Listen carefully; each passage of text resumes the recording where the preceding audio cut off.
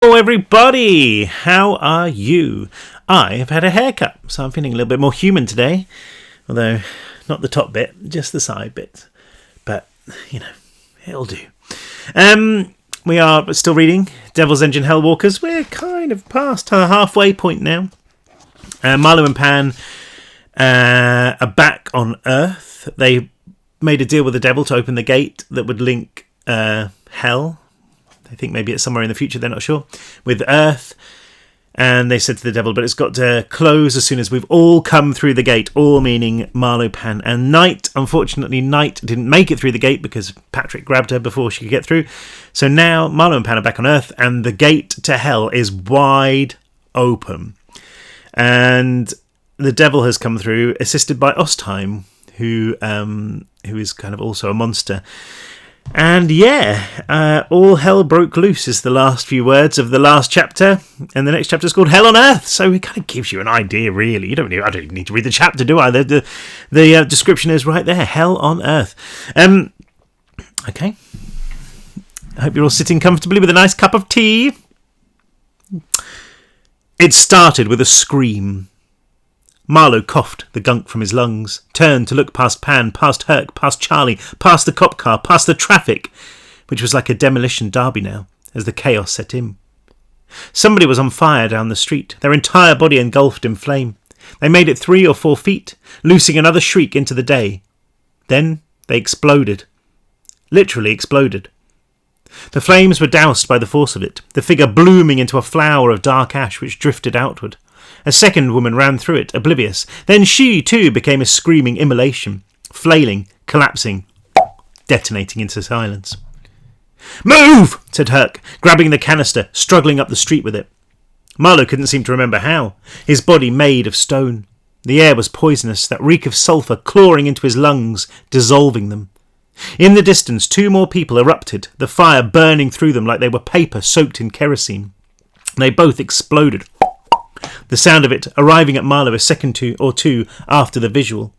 He still couldn't move, watching the ash that had just been skin and bone, smiles and laughter, catch hold of the wind, riding it up the street. "Yo!" Charlie shouted. "Marlowe, come on!" He concentrated, found first gear and floored it, turning and running after the others. The awful trinity of sounds chased him, shrieks and whoomphs of ignition, then the gunshot pop that ended it all. Traffic streamed past, the cars in the other lane crunching into one another as they tried to turn. Marlowe heard a metallic prang, looked over his shoulder to see a dry cleaning van mount the curb behind him, closing fast. The windshield was blackened, an inferno raging inside. He dived to the side, colliding with a bike messenger who was tearing up behind him. They both hit the ground, the van crumpling the bike and slamming into the side of a building. The door blew off, a cloud of ash billowing out, choking Marlowe. He spat, the taste of it impossibly familiar. He'd been breathing it in for the last 3 days. It was the taste of hell, pure and simple. He got to his feet, sucking in air, feeling his windpipe shrink as the asthma caught up with him. He fumbled for the inhaler as he broke into a run. Behind him, the street was a war zone. There had to be 10 cars piled up and burning, punching a fist of smoke into the sky. The windows of the apartments were exploding like firecrackers as the people inside, watching the carnage, no doubt, caught fire, then burst. Others were sprinting towards him, 20, 30 yards away, the furthest of them twisting into shapes of flame and vanishing a second later. They were pumping out so much heat that the trees had caught fire, swaying like the arms of burning men. And the ground under them, it was growing soft, the asphalt melting, the rock beneath starting to glow. Their shoes were sticking to it, rooting them in place. It wasn't this that drove Marlowe on, though. It was the thunder in the air. It rose up over the screams, over the shriek of rending metal, over the sound of his own painful wheezing. It was like a radio being tuned, impossible to make sense of, until he'd covered another few yards and suddenly it fizzed into clarity, bursting into his thoughts, as sharp as a scalpel. A voice that spoke in a language the world had not heard for centuries, but which Marlowe understood, like his own. "I am free!" It was like a concussive wave of dark sound, one that ripped up the street and knocked him flat on his face. He lifted his head, a string of drool hanging from his lips, his forehead smarting where he'd scraped the sidewalk. Groaning, he turned onto his side, trying to remember what to do with his feet. "I am free!" It came again, as powerful as the shockwave from a nuke, the force of it extinguishing the burning trees, scattering cars, rolling Marlowe along the asphalt. It was too much. He could make no sense of the vortex of his thoughts. He just looked through that sea of burning people, through the dancing clouds of ash. He looked, and he saw. He saw the devil step out of the dark. It rose like an inverse sun, blistering a path up from the horizon. It dragged the darkness with it, like it was wearing the night as a cloak. Only it wasn't really night, Marlowe saw. It was something so much worse. It was as if reality were a photograph and this thing was burning a hole in it, scorching it from existence. He wrenched his head away, blinking. It had left an imprint on his vision, a shape inside that darkness, a too tall figure who walked unsteadily on sapling legs, whose arms were curled up to its empty chest, who dragged a yoke of machinery behind it, and whose face arranged itself from shape to shape, which turned to him and spoke. "Give it to me!" Marlowe pushed himself onto his knees, then onto his feet, so night-blinded that he didn't even know which way he was supposed to be running. He turned back again, by mistake this time, almost falling into that ink-spill dark. The devil was walking, anyone close to him bursting into flames and exploding with so much force that they left craters in the sidewalk. He staggered, feeling like his mind had been overridden, the controls taken over by somebody else. The world was a tornado of sound and fury, battering him. All he could see was the dead and the dying. All he could hear was their screams. He could smell them. He could taste them. He could feel them settling in his nose, in his ears.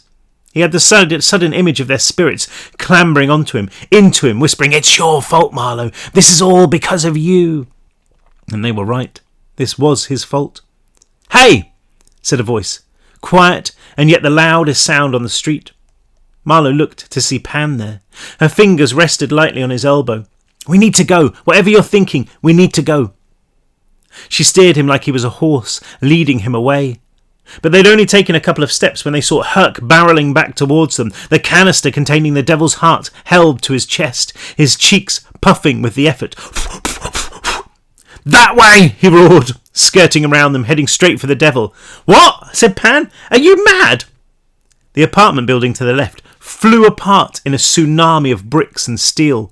There was something inside it, a mass of twisted muscle, easily as big as a house. Tendrils of darkness whipping around it. Even though it didn't really have a face, it looked pissed. "Ostheim!" Marlowe said. The monster fell clumsily from the building, flopping and rolling onto the road.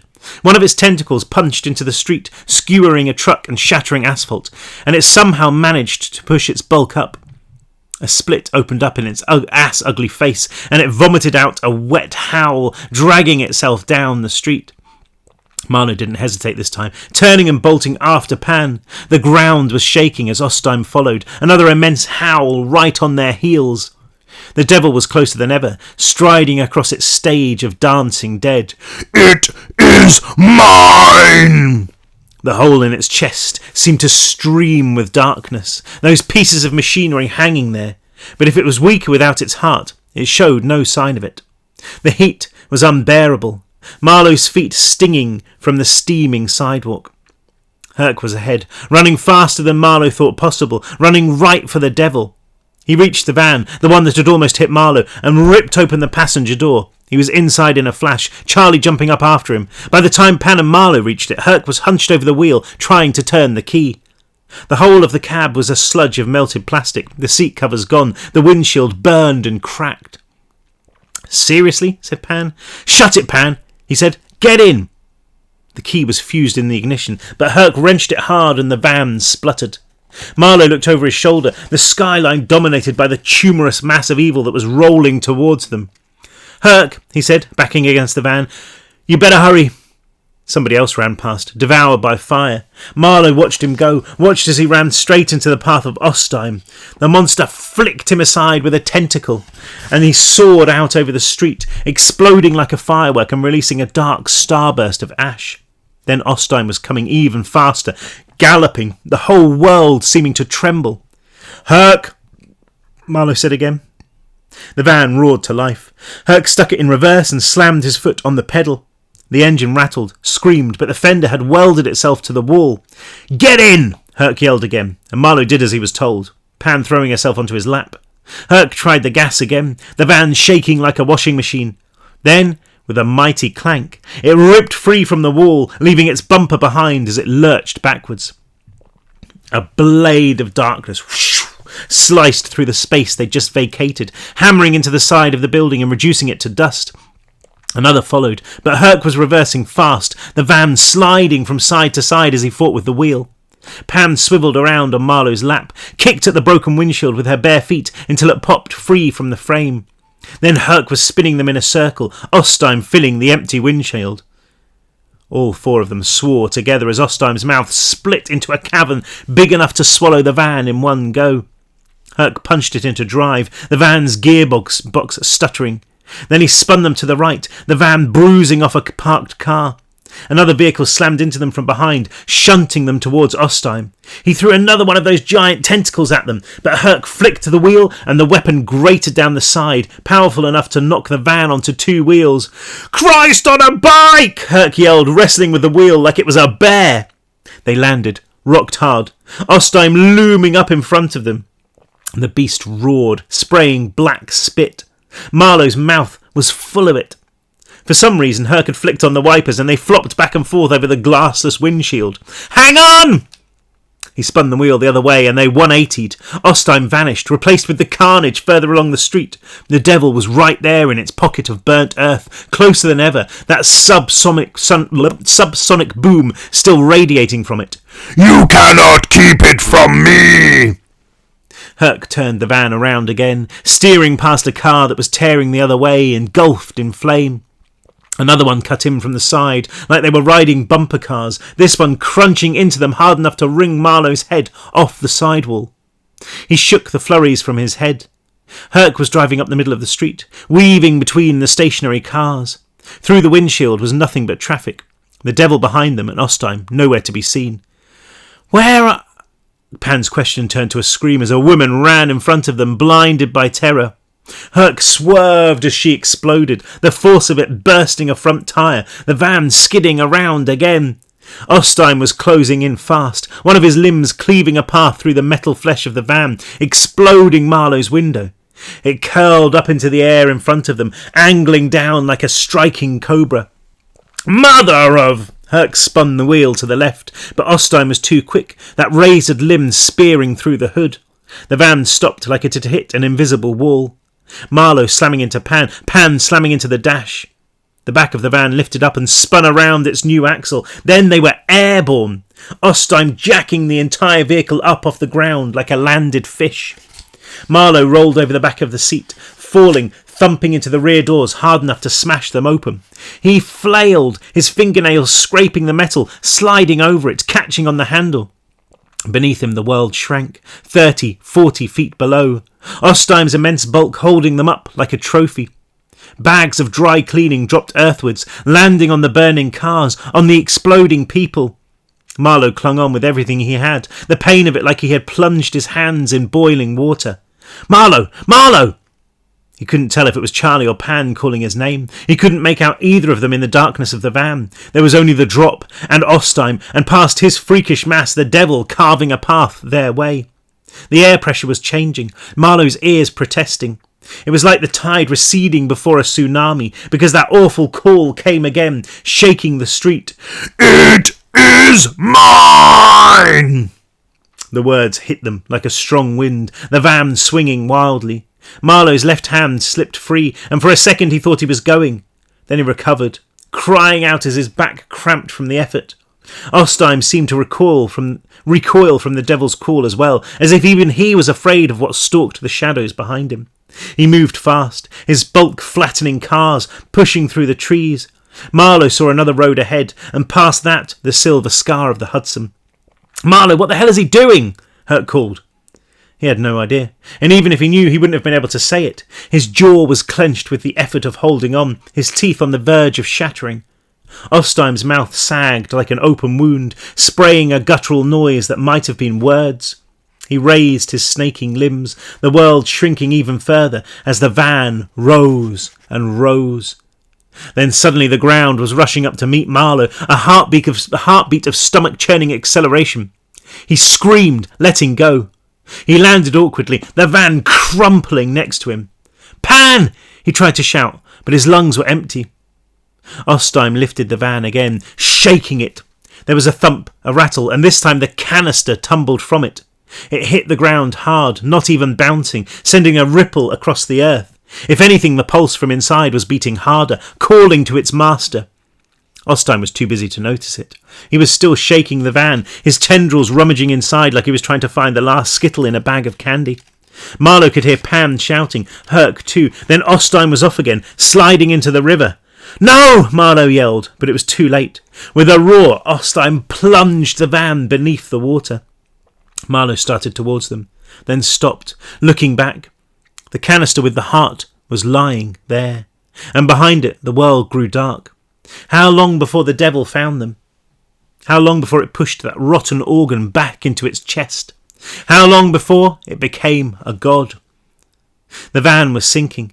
They were going to drown, all of them. But what were 3 deaths next to 1,000,000? 1,000,000,000. But it's Pan.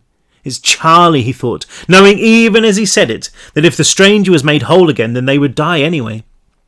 "I'm sorry," he said to them, watching for a moment more until he could find the strength to tear himself away. And he doubled back, heading for the heart. And the next chapter is called Drowning. I'm sorry, I've gone I'm glowing again. It's because I don't know how to adjust the settings on this camera. Oh. Drowning. The van hit the water like a sledgehammer. Everything went dark. Freezing water boiling up through the open doors, covering Pan's head, forcing itself inside her ears, her nose. She reached out, grabbing Herc or Charlie, feeling them grab her too. Something sliced through the wall of the van as easily as a knife through butter. Another of Ostheim's limbs cut in from the other side, this one gripping the metal and pulling it. And the van crumpled like a soda can, halving in size. Pan screamed into the water as the ceiling crushed down, pinning her against the seat. Ostheim squeezed again, and the van shrank even more. A body pressed against her, her hands groping at her face, her hair. She tried to push up, to get to the windshield. Another limb wrapped itself around the front of the van and tightened, catching Pan in a metal straitjacket. They were sinking fast, into the cold, into the dark, and she was trapped, pinned tight. The van was her coffin. She would die here, at the bottom of the river. There was an explosion of something right in the centre of her, something bright, something golden. Because death didn't seem so bad now. Death was a good thing, compared with the horror of eternal life in hell. There would be no waking up on a mountain of bone, no new scars, no more pain, no more suffering. Just oblivion. It lasted a second, then she tried to breathe in and her lungs roared. Suddenly she was in the pit again, back in hell, trapped in the suffocating dark beneath 100 frenzied, dead engineered. The adrenaline hit was like a slap, and she knew she didn't want to die. Not here, not like this. What had Knight said? Hell destroyed all hope. If she died here, then hell would have beaten her. It would have won. Never. She planted a hand on the crumpled roof and pushed, wriggling, the warped metal gouging into her kidneys. Her lungs were in spasm, her whole body screaming for air. The seat finally let her go and she wormed backwards. There was no room to turn around, the dark like a cloth held over her face. And where were the others? She smacked the front of the van with her feet, trying to find a hole, but Ostheim had crushed it completely. White streaks cut through the dark, her brain running out of oxygen, preparing to shut down. No! There was a dull thump as the van hit the bottom of the river, groaning as it toppled onto its side. Pan kicked away, clawing over the tops of the seats, fumbling through the dark. Where were the doors? Where were the goddamned... There. And they were open. She swam into the dark, floundering up, her lungs on fire. Come on, come on, come on, come on, come on, come on! A smudge of silver, growing Pan had nothing left to give, but she forced herself to keep going, even as a deeper, more awful darkness started to creep into the edge of her skull. She kicked, she pulled, then she burst into the light, into the air, sucking down a breath before she was all the way clear and swallowing water. She coughed, tried again, the oxygen entering her bloodstream like a drug. Something exploded from the water beside her, and she flinched, expecting to see Ostheim. It was Herc, screaming in a breath, clawing at his throat. He disappeared, then bobbed back up, treading water, blasting out hoarse swear words as he fought to stay afloat. Pan called his name, and he turned his head, his eyes big and red and full of panic. Where? He spluttered, but she could guess the rest. There was no sign of Marlowe or Charlie, but Ostheim was rolling into the water, his tentacles churning it into a foam as he ripped the van to pieces, probably looking for the heart. Behind him the world was slipping into an unholy twilight as the devil closed in. "Come on," Pan said, swimming to the side, trying to flank Ostheim before he spotted them. The river took pity on her, carrying her in its flow. It took her 4 attempts before she found the strength to pull herself onto shore. She flopped down onto a concrete walkway, shivering so hard she could barely breathe. Herc grunted as he rolled next to her, landing in a wet pile. "That guy," he said, forcing himself up and offering her a hand, "is a major asshole." Ostheim had finished dismantling the van, but he hadn't found what he was looking for. He roared, his tentacles cutting through the flow like lamprey eels. "Pan!" It took her a moment to find Marlowe, another moment to make sure she wasn't imagining it. He was on the other side of the green, overshadowed by a slice of night that emerged from the trees behind him, and he was trying to wrestle the canister towards her. She struggled onto her feet, Ostheim howling again behind her. The ground lurched as he started to chase, and she knew he would be too quick. She knew he'd be on them in seconds. They were trapped between him and the devil, and this time there was nowhere left to run. Then the devil spoke. His word was a 10-megaton blast, a shockwave filling Pan's head with darkness. It rolled over the Hudson, roiling the water into a churning frenzy. "Child!" Pan slammed her hands to her ears, a gout of blood squirting between her fingers. Behind her, Ostheim froze, those grotesque limbs retracting like a snail's antennae. Pan could see Herc further down, helping Charlie out of the water, the boy coughing out half of the river. The devil was standing on the bank in a bubble of blistering shadow, and even though it hurt to look at it, Pan forced herself to, trying to make sense of what she was seeing. It almost looked like the devil was about to keel over, its jointed legs buckling. It was still trailing pieces of engine behind it, but they were failing, the mechanisms collapsing, shedding, a trail of them left in its wake. It called out again, a word so loud that carried so much force. It was just a concussive boom that shook the ground on which she stood. "Is it?" Charlie started as he hobbled over to her side. "I mean, what's it doing?" "No idea," growled Herc, walking in the direction of the mainland, "but this ain't the time to play tourist." "Wait," said Pan, her jaw dropping as the devil actually collapsed onto one knee beside the river, its arms unfurling to stop itself from landing on its face. Watching it was like a blade in her eyes, but she couldn't turn away. Chunks of black light were dropping from it, fizzing into the ground. She was too far away to see its face, but it looked like it was rippling, the mechanisms of it going into overdrive. It curled one hand to its chest, those 2 long fingers probing. Pan squinted, trying to work out what she was seeing there, a gaping absence in that body of writhing shadow where its heart should be. What's it doing? Marlowe had almost reached them, dragging the canister behind them. "Dying," he said, snatching in a breath. "Please, just die!" It called out again, the booming low of a cow being led to slaughter. Ostheim had really reached the devil, his limbs curling protectively around it. His moan was the sound of a child mourning a sick parent. "Please," said Marlowe, "please, please, please." The devil's body was spasming as Ostheim lifted it up. It looked like it was melting, dissolving, great gobs of inverse light fizzing as they hit the ground. Ostheim pulled it close, smothering it in his limbs. Flames were erupting from the earth, from the river, weaving a curtain of smoke and steam.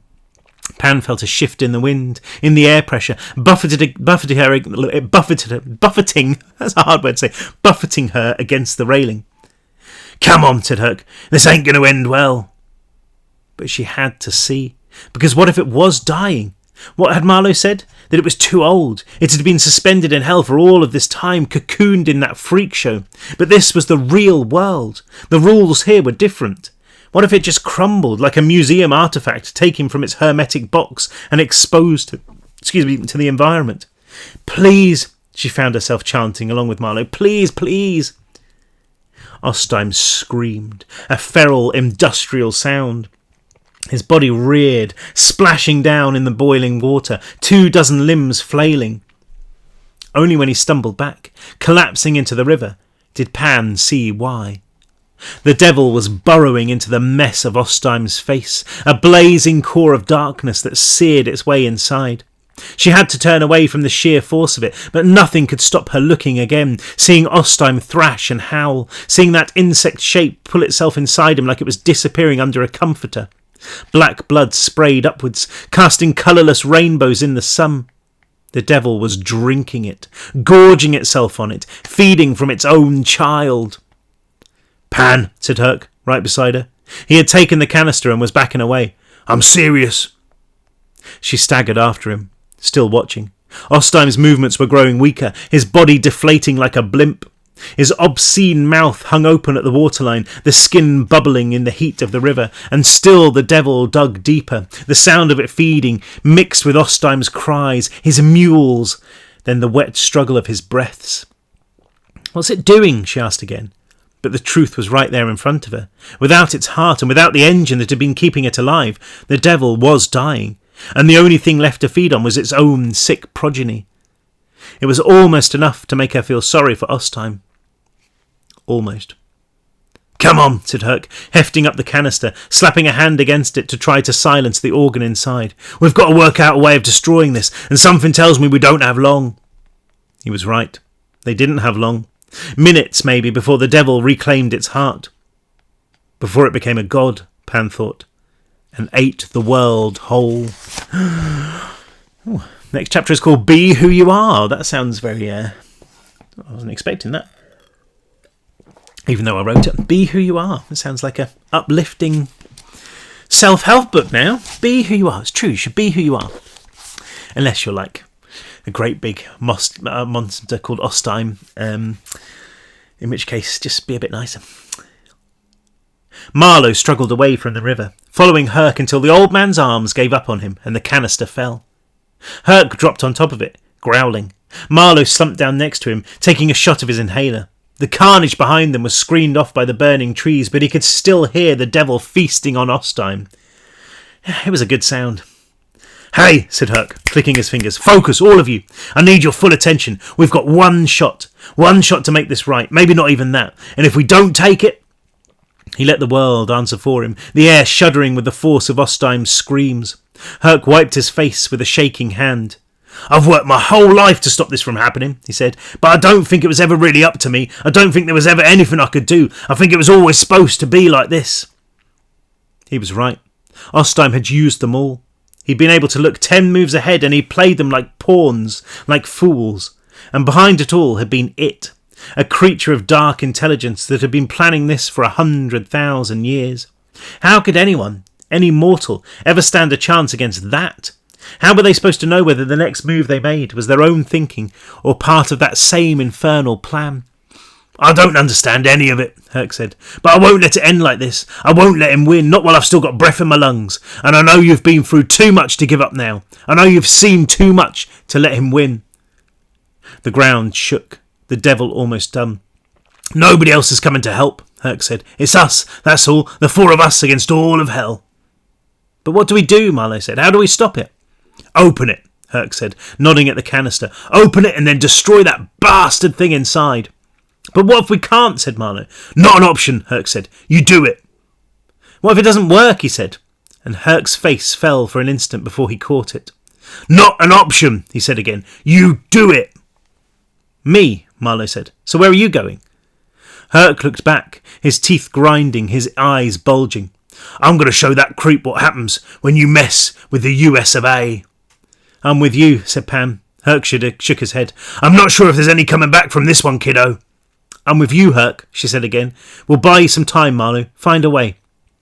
No, Marlowe said, shaking his head. We can't split up. We have to stick together. Eggs and baskets, said Charlie. Marlowe, I'll come with you. You guys see if you can slow it down a little. We'll get it open. No, said Marlowe again. He looked at Pan, felt himself reaching for her. She shrugged, smiled sadly. You play the game, you take the pain, she said. Always knew it would end up like this. What, with the devil chasing us through Jersey, looking for its heart after betraying Ostheim after Ostheim betrayed us, said Marlowe, and she almost managed to smile. Well, almost like this, she said. Please, he said. And what he wanted to say to her was, we can go. We can all just get in a car and drive the other way. We can survive. But it was a lie, because however far they went, it would catch up with them all eventually. The devil wouldn't stop here. Sooner or later, the whole world would be reduced to silence and ash. And it was a lie, because he knew that however scared they were, however much they wanted to run, none of them would abandon their post. His brother Danny had been the hero, but somewhere down the line, Marlowe had become a soldier too. You play the game, you take the pain. He wondered if, deep down, he too had always known it would end like this. Further down the river, a fleshy shape bounded from the trees, a fury of bunched muscles already slick with blood. A demon. It looked the other way, loosing a cry from the ragged hole in its head. Then it set off towards the sound of traffic. More were coming through, announcing themselves with their hyena calls. The gate was still open. The nightmares flowing through. We're still alive, said Herc, watching a helicopter wobble in the air from nearby. Somebody lucky enough to be able to escape. We're still fighting, just remember that. However much we've played into the devil's hands, however much it's used us, it hasn't managed to kill us yet. Because it needed us, thought Marlowe. Because it was trying to keep us alive so that we could open the gates. And we saw it fall, Herc went on. I don't know what it is, I don't know where it came from, but we all saw it fall, right here. We saw it struggle. It calls itself a devil, but it's not one. It's not a god. It's a piece of crap, nothing more. You remember that, okay? You remember it. What are you going to do? Charlie asked. Herc smiled. I've got something in mind, he said. Now say your goodbyes, because we got to move. Marlowe stared at the floor. He couldn't bring himself to look up. Marlowe, Pan said. Still he didn't look. He just studied her bruised and bloodied feet as she walked in front of him. You can do this. What if I can't, he said. The exhaustion pressed down on his head, his shoulders so heavy he thought it might snap. What if I can't? Then you can't, she said. Then it all ends. No pressure, muttered Charlie. You're only human, she said. All of us. We're only human. He felt her hand on his chin, pulling gently. He resisted for a moment, then he raised his head and met her eyes. They glinted like copper pennies, those little pieces of hell that they had brought back with them. They were so alien, but they were so real. They were her eyes, the same ones that had glared at him back in the parking garage 1,000,000 years ago when he'd first seen her die. The same ones that had watched him as he stepped into the black pool, as he emerged as Superman. The same ones that had melted as she'd moved in for the kiss. He and Pan had died together, they'd gone to hell together. Somewhere in the last few days he'd resigned himself to the idea that they would lose themselves to eternity together, living forever in that nightmare world. However bad it would get, he'd always have her by his side. He'd never have to let her go. And yet here he was, saying goodbye. I'm sorry I rode you so hard, she said, swallowing something big. You were a good soldier. Pan, he said. We wouldn't have got this far without you, she said, shrugging, even though it was kind of all your fault. Pan. Don't spoil it, she said. Don't be your usual douchey self and ruin the moment, yeah? He opened his mouth, then closed it, nodding. He wanted to hug her, wanted to kiss her, but in the end, for a reason he couldn't quite understand, he stuck out his hand. She looked at it, then back at him. Then she grabbed it and shook it, like they'd just finished a business meeting. You really are a dick, Marlowe, she said. But she didn't let go, and after a moment she threw herself onto him, wrapping her arms around his shoulders, squeezing him like he was the only thing stopping her from drowning, so hard he could barely breathe. He hugged her waist, held her, felt the sobs there rather than heard them, felt her tears against the skin of his neck, so warm. Then, just as suddenly, she pulled away, scrubbing at her face. Marlowe wiped away his own tears, but they kept rolling out of him, impossible to stop. He felt as if there was a piece of him connected to her, an invisible line that would pull him in her wake. Go on, she said. Let's give the devil something to cry about. Marlowe sighed, nodded. He looked down at the beating heart, locked away in its metal and glass cage. The thought of having to open it, of having to destroy it, was like a neutron star tied around his neck, heavy enough to pull him into the ground, to make a grave of the earth. Charlie was already wrestling with it, his skinny arms trying to pick it up. Marlowe grabbed the other end, and together they managed to get it off the ground. If anything, it seemed heavier now than ever. As soon as it's done with Ostime, it's coming after you, said Herc, and I'm guessing it's going to be juiced. Find a way. I would say stay safe, but it's a little late for that. Just do what you do. Be who you are. Marlowe nodded. Charlie was walking away, and he had to follow, but he kept his eyes on Pan and Herc. What are we, Herc? Marlowe called out. The old guy looked back and smiled. You're Hellraisers, he shouted. Go raise some hell. And we'll do one more. Oh, maybe two, actually. Payback. Payback. Everyone loves a good bit of payback. Pan watched as Marlowe and Charlie struggled back towards the street, the canister slung between them. It seemed to dwarf them, even though she knew it was just an optical illusion caused by the black pulse of light it threw out, one that rippled through reality, that called to its master. What were the chances of them being able to open it when even a bullet couldn't shatter the glass? And more to the point, what was the chance of opening it before the devil finished its meal? Have you really got a plan? She said when the boys were finally out of sight. Or should we get on the boat and leave them to it? She was exhausted. 4 days in hell with no food and barely any sleep would do that to anyone, but she'd lasted longer than this without rest. However bad hell had been, the few sleepless days and nights she'd had after caving Christoph's head in with a lamp, when she'd hidden out in the sidings near the Harold, sobbing and screaming and knowing she could never go back, had been worse. Herc started to run, old but fit, jogging like a drill sergeant. He looked back and there was a smile on his face. She ran after him. I hear the Florida Keys are nice this time of year, he said. We could grab a couple of cocktails, moor the boat offshore, front row view of the end of the world. She laughed as best she could, picturing Marlowe's face if he could hear them. But the vision of him there was a weight tied to her soul, like she was pulling the world behind her. She had to stop, sucking in air until everything stopped spinning. Herc realised that she'd halted, and he turned back to her. They'll be okay, he said. Marlowe's the luckiest son of a bitch I know. The words hadn't even left his mouth before the devil howled, a noise that churned the river into a frenzy, that snapped trees in half. Pan ducked instinctively, Herc dropping with her, both of them watching as a tornado of shadow twisted up over the land. It began to move, carving out a path of darkness. She had to turn away after a few seconds, but there was no denying which way it was heading. It was going after Marlowe. Pan swore. She was halfway to telling Herc to hurry up when she heard it, a noise coming from the space the devil had just vacated. It took her a moment to recognise the voice, and it was a sudden jolting twist of realisation that made her double back, that made her step between the corpses of the trees into the spiralling clouds of ash. Ostime was there, or a mess of parts that had once been him, and somehow he was still alive. He was trying to claw his way out of the river. He had one half of his enormous mass on the bank, but he was bottom heavy and beached. He was an empty bag, most of his limbs lying flat and still.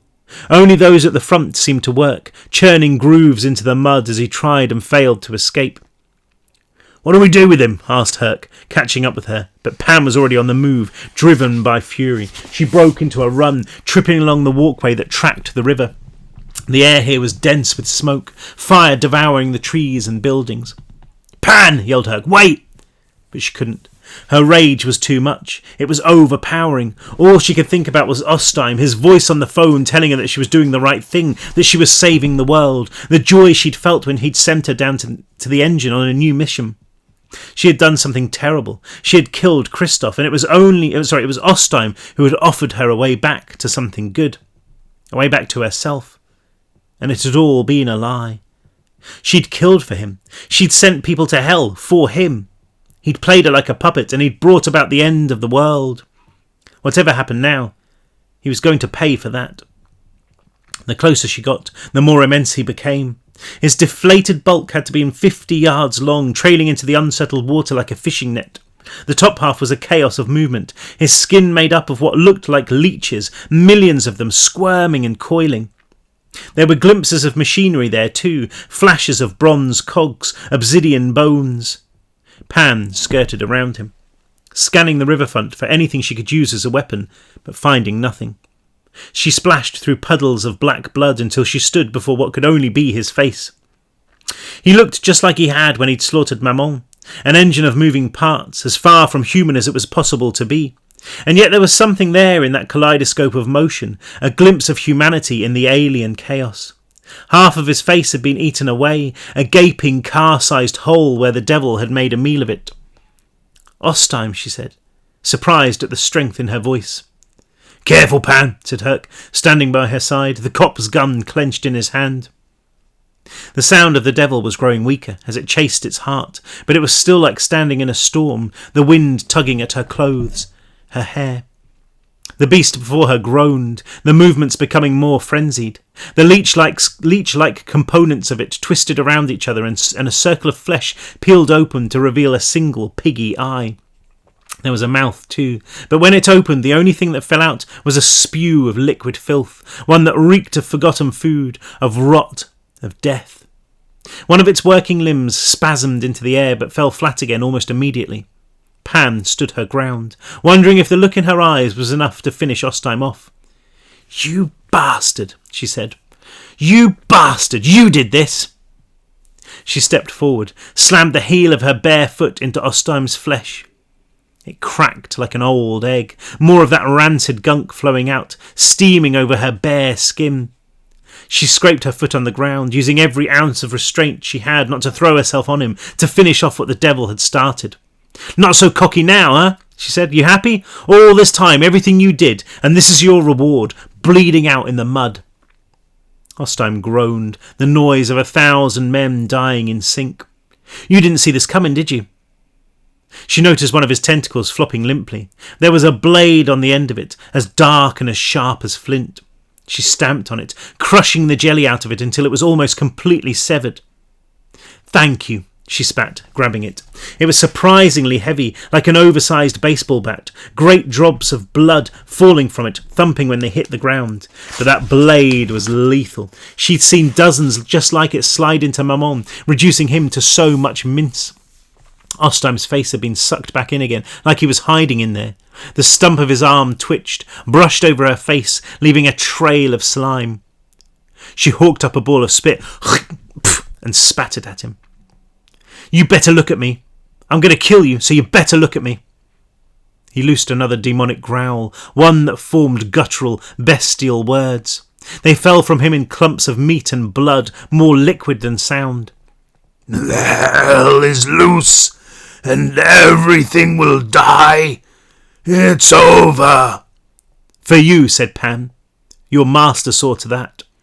"No," he groaned, his body shuddering, slipping further into the river.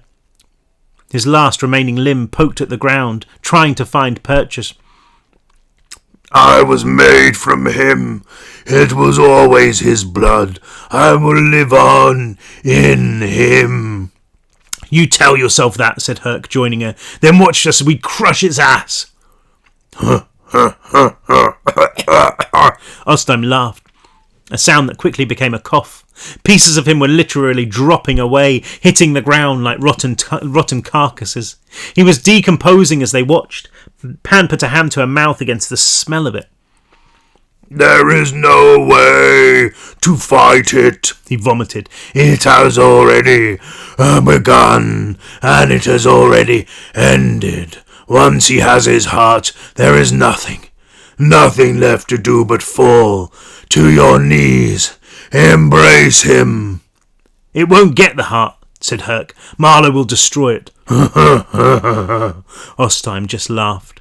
"It cannot be destroyed," he said.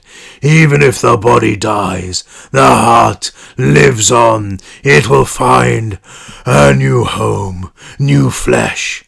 Marlowe is the biggest fool of all, blind to it. How can he not see the truth? How can he not see?" "What?" asked Pan. "It does not matter," Ostheim said. "Something as holy as this can never die." You sure about that? Pan said. Mammon sure died. Meridiana died. How are you any different from them? Ostheim's face fell, his mouth grinding on some unthinkable truth. His body was collapsing into itself like a bounce house after a party, corrupting instantly, blossoming into mould. He looked at her through the rotten hole of his eye, his face growing slack. I will never die. Hell is coming, and I will be... Pan rammed the blade into Ostheim's head, her body acting without her permission, without her even knowing it was happening. She felt the thick bone of his scalp give, and when she tried to tug the weapon loose, it was stuck fast. A spasm passed along Ostheim's entire body, shaking him down the bank and further still into the river. "Oh, you could have waited, Pan," said Herc. "He could have told us how to destroy the heart." She didn't care. She kept her eyes on Ostheim as his face dissolved into a nest of vipers, squirming into nothing. Then gravity took hold, dragging his bulk beneath the waters. She should have felt some sense of victory. She should have been laughing. Ostheim was dead. They'd never have to hear his lies again, never have to follow his orders. But she felt hollow inside. Dull. Ostheim was dead, yes, but his job was done. He'd birthed something so much worse. A demon screamed from nearby, but the sound of it didn't even shake her. She'd just killed Ostheim after all, and this was just a demon. Mindless. Stupid. "So," she said, wiping the blood from her hands, "the plan." "Remind me never to piss you off," said Herc. "Come on, we need to find something." He cocked his head, listening. "Chopper!" She could hear it too, above the grind and the roar of the devil, over the screams, over the sirens. She couldn't pinpoint where it was coming from, but Herc obviously had better ears than she did because he was running along the river, heading for a pontoon that jutted out into the water. There was a warehouse there, and once they'd cleared it, Pan saw a helicopter rocking on its landing pad, a handful of suited men climbing inside. "Move!" roared Herc, shoving through the crowd. They protested, and he bunched his fist, smashing a big guy in the nose and dropping him like a sack of bricks. The pilot was panicking, the chopper's runners thumping out a rhythm on the pad as it struggled to rise. Herc lifted the cop's gun, pointing it inside. "Move!" roared Herc, shoving through the crowd. Oh, sorry, just done that. Herc lifted the cop's gun, pointing it inside. "What's happening over there is bad," he said, "but I'm worse." He gave them one of his specials, a glower that had scared Pan half to death more than once. It did the trick, the chopper emptying. Herc aimed the gun at the pilot. "You too." Herc took his place, squeezing into the pilot's seat. Pan jumped in next to him. "You know how to fly this?" she said. He smiled. "How hard can it be?" Suddenly the chopper was lifting, wobbling like a spinning top at the end of its spin. "Where are we going?" she asked. They were high enough now to be able to look down on Jersey. The land was filled with smoke, but she could still make out a trail of devastation that led away from the river. There was a pulse of black light there, a hole in the world. The sight of it made Pan giddy, made her dig her fingers into her seat until the tips of them burned. She wondered if it already had Marlowe, if it had turned him into fire and ash just like everyone else. "I'm going to get a little surprise," Herc said. "A nuke?" she said, and she saw his face fall. "Oh, it was supposed to be a surprise," he said, pouting. "Bloody hell, Bloody hell, Herc, how many of those things do you have?" "More than you'd think," he said, spinning the helicopter around. "I just hope there's time."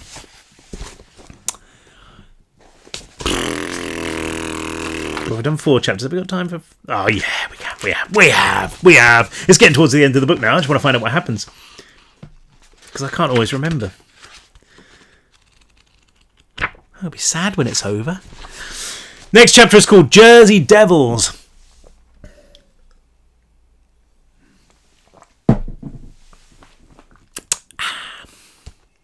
There was no time. They weren't moving fast enough. They couldn't move fast enough. The canister was just too heavy. It was getting heavier too. Marlowe was sure of it, like the heart inside was a black hole, anchoring itself with its own gravity. It knew its master was close, and it wanted out of its cage. Marlowe risked to look back, through the trees, past the gridlocked cars, to see that evil cloud of shrieking death rising behind them, swallowing the sky whole. Inside it he could just about make out that flickering mass of antimatter, the holes in its head staring right back at him. "It is mine!" He almost threw the canister to the ground, almost screamed, "Take it!" Instead he gripped it even harder, lumbering across the road. Behind them came a scream, then that awful pop as somebody exploded. Marlowe felt the shockwave billow against his back, and he picked up speed, running into the street just as an SUV barreled past. "Hey!" Charlie yelled at the driver. "Stop!" Marlowe swore, staring back into the chaos, almost blinded by it. The devil was closer now, gaining fast. He shook the shadows from his head, stumbling down the street. It was choked with trucks, one semi straddling the road where the driver had left it. Cars had been abandoned too, the drivers fleeing on foot rather than risking the gridlocked roads. "There," he said, steering Charlie to the nearest car. "A Honda," Charlie said. "Do you want to die? Try that one." He set off so fast that Marlowe lost his grip on the canister. He scooped it up again, his fingers cramping with the effort, following Charlie to an 18-wheeler, the driver's door open, the engine still running. "A truck!" Marlowe yelled. Together they hefted the heart inside, Marlowe climbing the steps into the passenger seat. Charlie clambered in next to him, staring at the giant wheel, at the complicated gear shift. "Oh, please tell me you can drive this." Charlie stomped the clutch and grated the transmission into gear, the truck groaning, protesting like a stubborn mule. "Charlie," said Marlowe, staring out the windshield at the storm that swept towards them. The devil was a pocket of absolute darkness in the day, radiating inverse light. It had shed almost all of the machinery that had accompanied it out of hell, powered by the blood that it had stolen from its child. It was still struggling, but it was a different kind of struggle, like it was learning to use its body again. "Are you nuts?" he screamed at Charlie. "Go!" "I'm trying!" Charlie wrestled with the wheel, the truck lurching forwards, turning as slowly as a tanker. The devil closed in, its voice shaking the street, shaking the sky, but the truck was picking up speed, the darkness swimming from the windshield and replaced with what was left of the day. The road was a fortress of metal, dense with cars, but Charlie floored it, the truck thumping its way down the centre lane. Marlowe checked the rearview mirror to see the devil giving chase, scattering cars with its two long arms, turning everyone it passed into creatures of fire and ash. "Faster!" Marlowe yelled. "It's on the floor," Charlie replied, the semi-growling, shuddering as they ploughed past a smaller truck. "Just try to get that thing open, yeah?" Marlowe wrestled the canister upright between his legs. Inside, the heart beat faster than ever, squelching grotesquely against the sides of the jar. The top of the canister was like something that had been pulled from the engine, a mess of clockwork parts. He pulled at them, poked at them, but nothing seemed like it was designed to move. The glass was one solid tube, smeared with gore. There wasn't even a mark where Herc had shot it. Charlie steered right, hard, accelerating through a chorus of horns. The truck hit a railroad crossing and almost took off, tilting wildly as they accelerated around a bend. "Oh, the damn thing's indestructible," Marlowe said. "We need a bomb to get it open." "Well, I can't help you there," said Charlie. "It is mine!" Marlowe looked back again, even though he knew it was a bad idea. It was like a tornado there, a churning vortex of darkness that picked up cars and hurled them against the buildings. "Go!" yelled Marlowe. Charlie kept his foot on the floor, the semi cleaving past cars as they smashed through the sign for the 440 and wobbled onto the highway. Marlowe grabbed his seat with both hands, screaming, "Go, go, go!" He looked in the mirror again as they built up speed, hoping to see the storm recede. But if anything, the sky back there was darker, that hideous shard of negative light reaching out for them. "It is mine!" Marlowe grabbed the canister, held it to his chest. What the hell were they supposed to do with it? At this rate, the only option open to them was finding a place to steer the truck off the road and into the harbour. With any luck, they might be able to sink without a trace, at least long enough for Herc and Pam to come up with something to fight the devil. "It is mine!" The voice was a hurricane, and this time Marlowe felt the words hit the back of the truck. Charlie swore, struggling with the wheel. By the time he'd gotten control again, it was too late, the truck demolishing the barricade and slamming into a parking lot. Charlie kept his foot on the pedal, knocking cars aside like they were toys, but there was nowhere left to go, a Walmart looming up in front of them. "Hang on!" Charlie screamed. Marlowe waited for the brakes to kick in, but if anything, the truck seemed to be going faster. "Wait!" Marlowe tried to say, but before the word was even out of his mouth, they hit. The semi ploughed through the wall, Marlowe's head ringing off the canister. Bricks and dust rained down on the windshield, the truck demolishing aisle after aisle until it hissed to a halt. For a second, he didn't dare move. Then the pain started to creep in. His face felt like it had been held to a blowtorch, and he grabbed his nose, feeling the broken cartilage. "Ow!" he said, his thoughts settling like falling snow. He turned to Charlie, the boy wrapped around the steering wheel. He wasn't moving. "Hey," Marlowe said, grabbing his friend's arm. "Charlie?" He replied, lifting his head. His face was a mask of blood, but his eyes were clear, and somehow he managed to smile. "I've always wanted to do that." Marlowe smiled back, or at least he tried to, the pain straitjacketing his face. He reached for the canister, disappointed to see that the crash hadn't so much as dented it. He wedged his feet against the door and kicked it open. The canister fell to the floor and he followed, the whole world spinning. Only part of that was concussion. The store was shaking like there was a tornado overhead, people streaming towards the main door. It wouldn't do them much good. The darkness that greeted them there was worse than any storm. The devil was outside in the parking lot, turning flesh to ash with just a thought. "Where do we go?" said Charlie, jumping down from the cab. Marlowe had no idea. They couldn't run. The devil was too fast. He wasn't even sure they could hide, because the heart was pounding against the walls of the canister, hammering out a pulse that seemed louder than sound, that seemed like it triggered some different sense. He got the feeling the devil could track that noise from the other side of the world.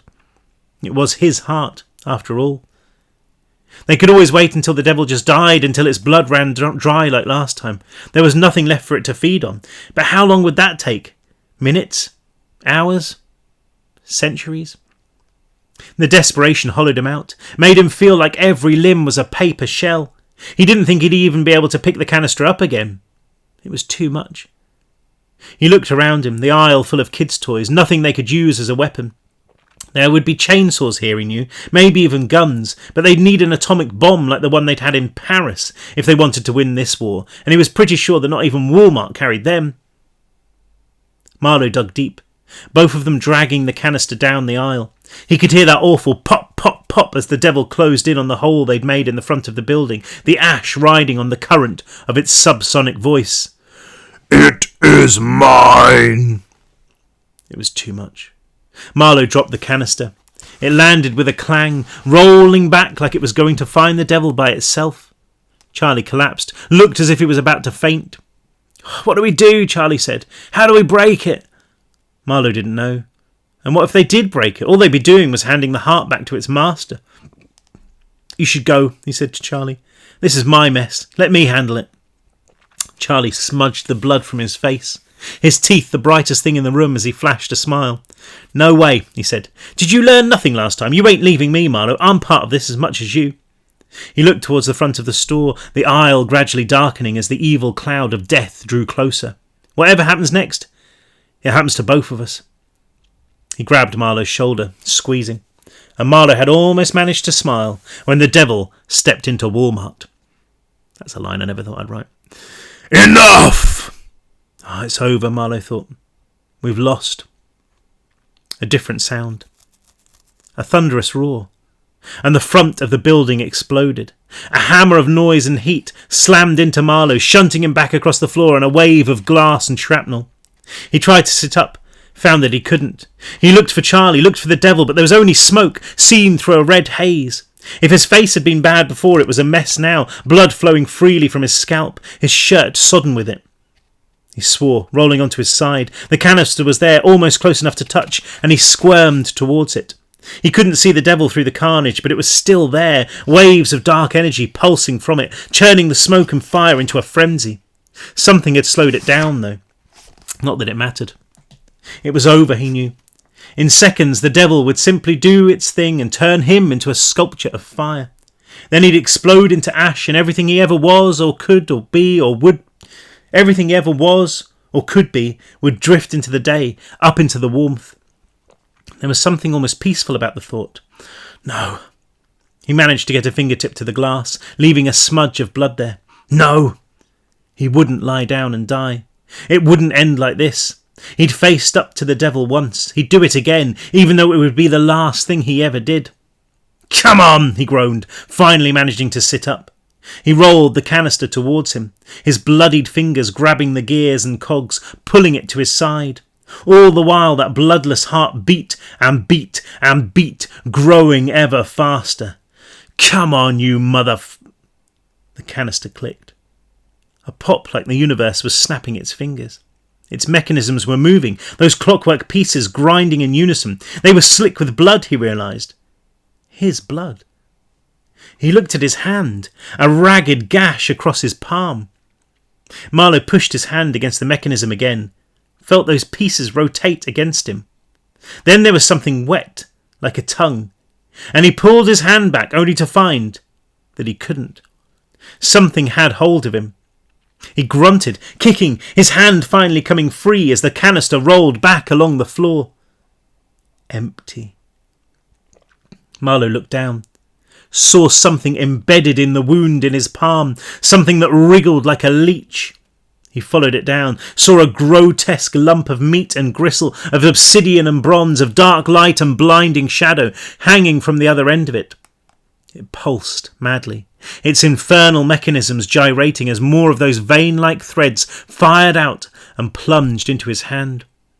He could see them there, writhing beneath the skin of his wrist, and the scream was in his throat, burning its way out of him, when the world went black. Oh my goodness. Okay, next chapter is called Truth Kills, but I'm not going to read it today because we've had an hour. But yeah, we've nearly finished the second part. That ends in 2 chapters, and then we've only got the last part of the last book. Sad times! I hope you enjoyed that. I apologise again for the fact that I am glowing. Maybe it's just me. Maybe I just glow. Maybe I'm just so angelic. But anyway, it was really lovely to see you. I hope you have a really wonderful day, whatever it is you get up to today, or have had a wonderful day if it is the end of the day. It is November here. So yeah, we're just kind of in that limbo between Halloween and Christmas. Obviously, we don't do Thanksgiving here. But we do Halloween big time, and we do Christmas big time. So I think we'll put our tree up very soon, even though it's November. And yeah, just start to celebrate Christmas, because Christmas and the holidays, whichever kind of holidays you celebrate, Christmas, the holidays are the best time of the year. Okay. Anyway, on that note, wishing you a Merry Christmas on the 8th of November. Have a good night, and yeah, I will see you very soon. Mwah! Love you guys. Bye.